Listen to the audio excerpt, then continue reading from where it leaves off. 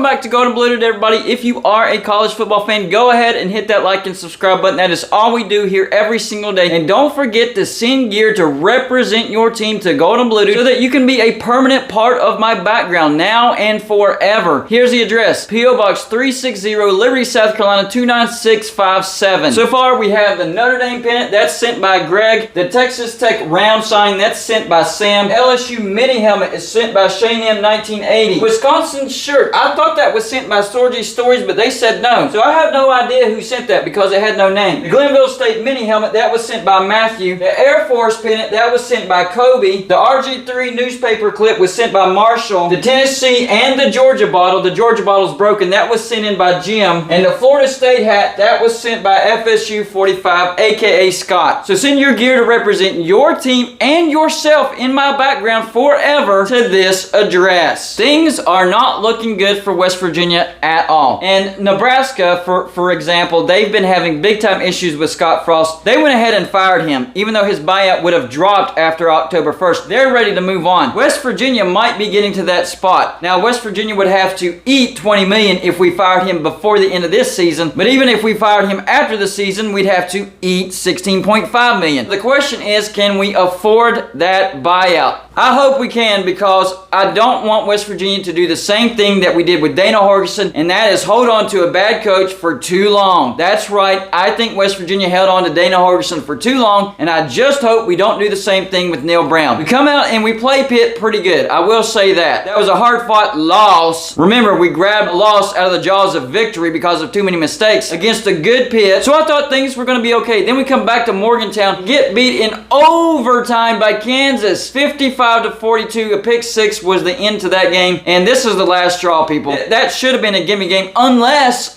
Kansas is just that good. And I'm hearing that from a lot of people. They're like, Lance Leopold has turned this thing around in 1 year, and Kansas is going to be a contender. I hope that's true. I really do, because that was an embarrassing loss, the worst loss we've had since 2013 when Dana Holgorsen got obliterated on the road by Kansas and went 4-8. Yeah, for people that think Dana Holgorsen's a great head coach, they forget about that. And I'm just sick of people saying, oh, what do you expect? You're at West Virginia. Mediocrity is the best. No, it's not. People have forgotten West Virginia before Dana Holgorsen. We were pretty good and elite in some years. That's the West Virginia we need to be. That's the West Virginia we are capable of being. People have forgotten about that because it's been over a decade now. You look at the Big 12 standings, Kansas is number 1. 2-0 overall, 1-0 in the Big 12 with a win over West Virginia on the road, 55-42 in overtime, and before that, FCS Tennessee Tech 56-10. Iowa State is also 2-0, no Big 12 games, wins over FCS Southeast Missouri State 42-10, and at Iowa 10-7. Good win right there. Kansas State also 2-0, third spot right now, no Big 12 games. FCS South Dakota 34-0, and a big win over Missouri 42-12. Number 4, Oklahoma, number 6 Oklahoma actually, 2-0, no Big 12 games, win over UTEP 45-13, and Kent State 33-3. Number 5, number 8 Oklahoma State, also 2-0, no Big 12 games, win over Western Michigan 58-44, and Arizona State 34-17. Number 6 TCU, I thought TCU was going to be terrible. They're also 2-0, no Big 12 games, win at Colorado 38-13, and a win against FCS Tarleton 59-17. Number 7 Texas Tech, also 2-0,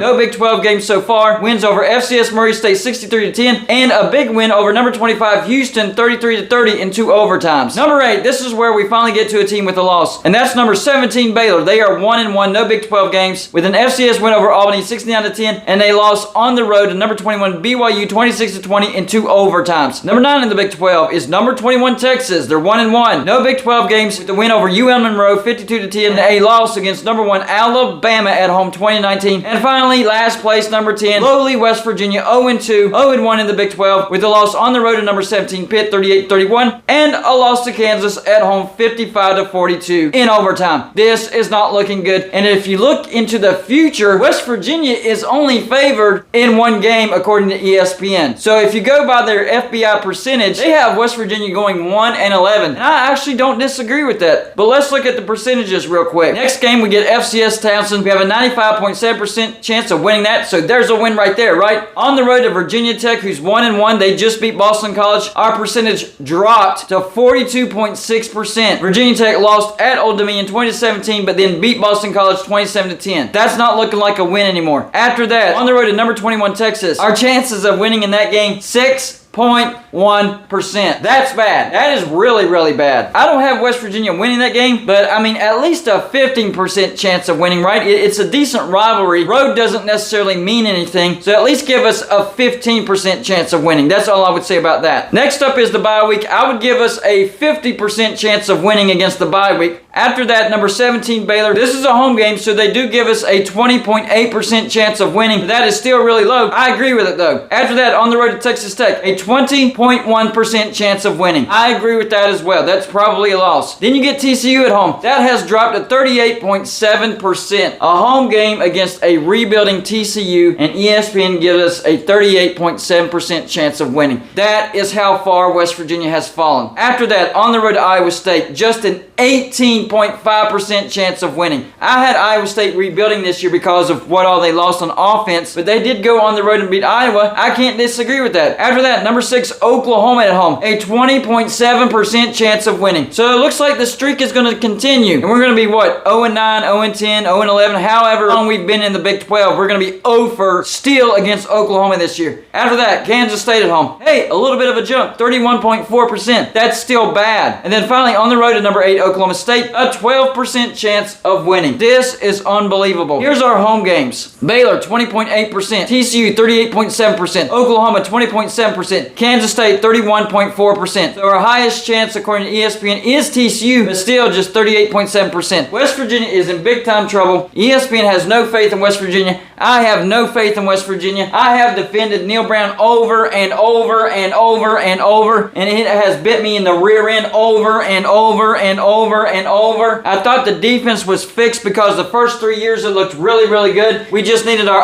offense fixed because for whatever reason he didn't want to hire an offensive coordinator. We finally hire a pretty good offensive coordinator and get one of the best quarterbacks we've ever had at West Virginia in JT Daniels, and he's still proving it in these losses, but then our defense is not showing up against Kansas. Even the announcers watching from the booth were saying, man, I don't like the language of the West Virginia defense. The announcers were saying that. Why? Because they were not swarming the ball. They were not tackling properly. There was no energy. There was no nothing. It was flat. It was lazy. It was slow. What was that? I hope the coach drills them and drills them and drills them and drills them until they just can't walk, because that was sheer laziness. There is no way you should allow Kansas 55 points, especially at home. 55 points. Last year we averaged allowing 25 point something points per game. That's a 30-point drop against lowly Kansas. Are you kidding me? West Virginia fans deserve better than this. And who knows, maybe Kansas is just that good. My point is,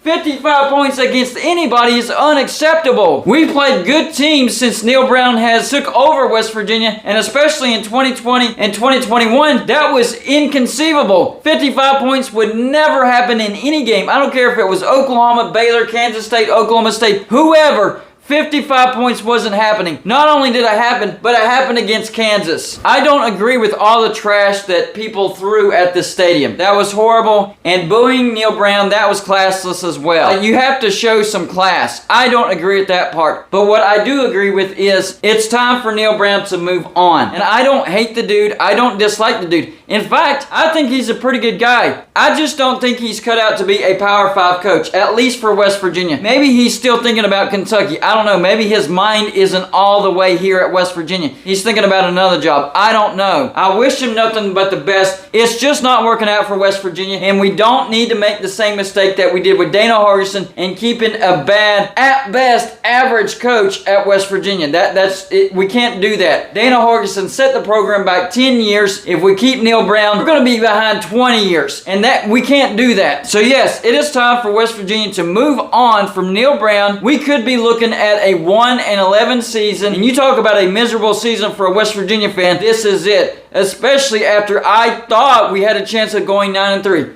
What was I thinking, right? Everybody was saying, no, the offense is not going to get fixed that quick. Well, I was actually right about that. I just didn't see the defense taking a massive step backwards this year. Wrong again, Golden Blue Dude. Don't depend on anybody, right? Y'all let me know in the comments section just how bad do you think this season will be for West Virginia? Or do you think Kansas is just that good? And do you think it's time for West Virginia to move on from Neal Brown? That's all I got for you for this show. Like and subscribe if you haven't already.